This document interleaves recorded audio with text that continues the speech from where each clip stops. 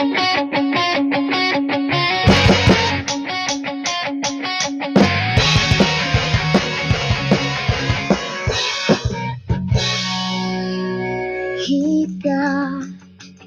ang inabot ko ng piliting sumabay sa'yo hanggang kanto